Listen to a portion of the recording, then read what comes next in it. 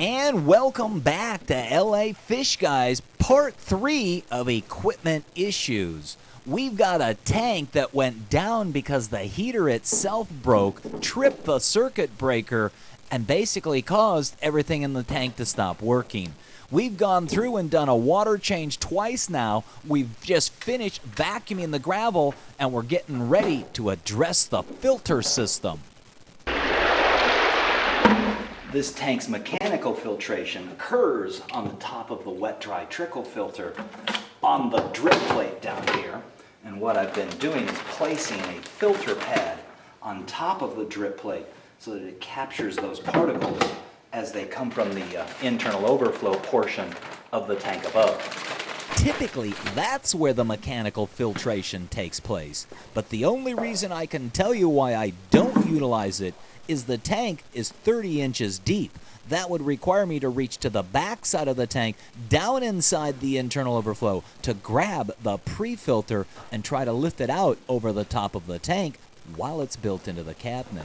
It just turns out that I can perform mechanical filtration much simpler and easier via the use of the filter pad across the top of the drip plate.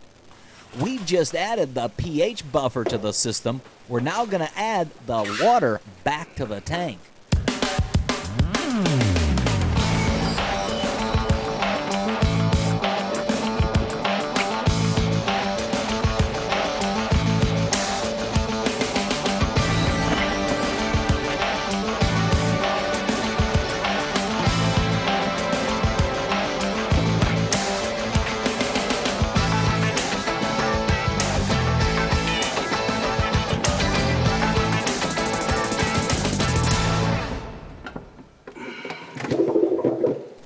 And that's how you do a 20-gallon water change.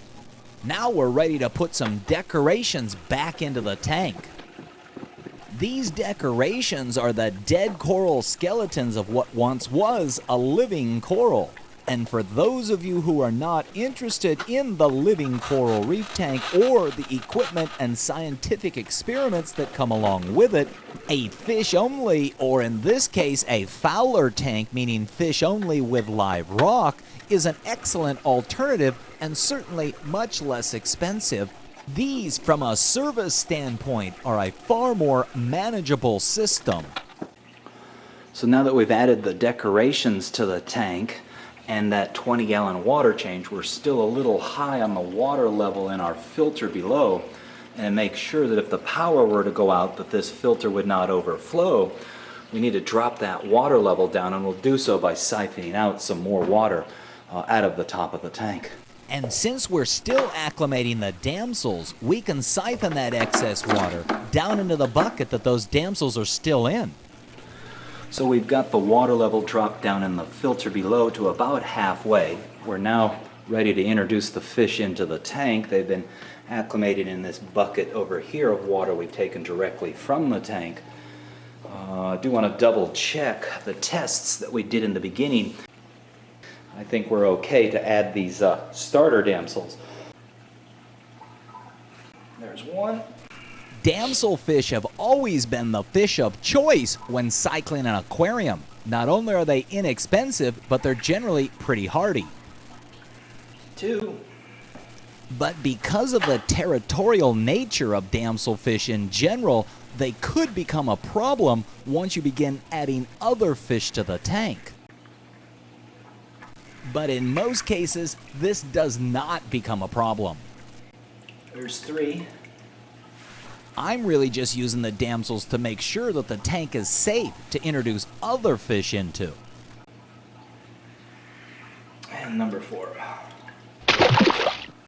So since the problem occurred, we've done 2 large 20-gallon water changes. We're just finishing vacuuming the gravel, and we just added back what we'll call the starter damsels. For all intent and purpose, this is a new system.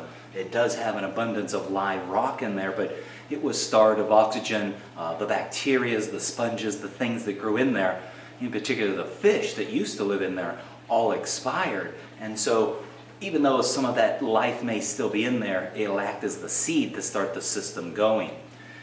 We'll test for ammonia in 2 weeks when we come back and see if the tank in fact has completed its cycle. After that, we can begin to add fish, starting most likely with a pair of clownfish.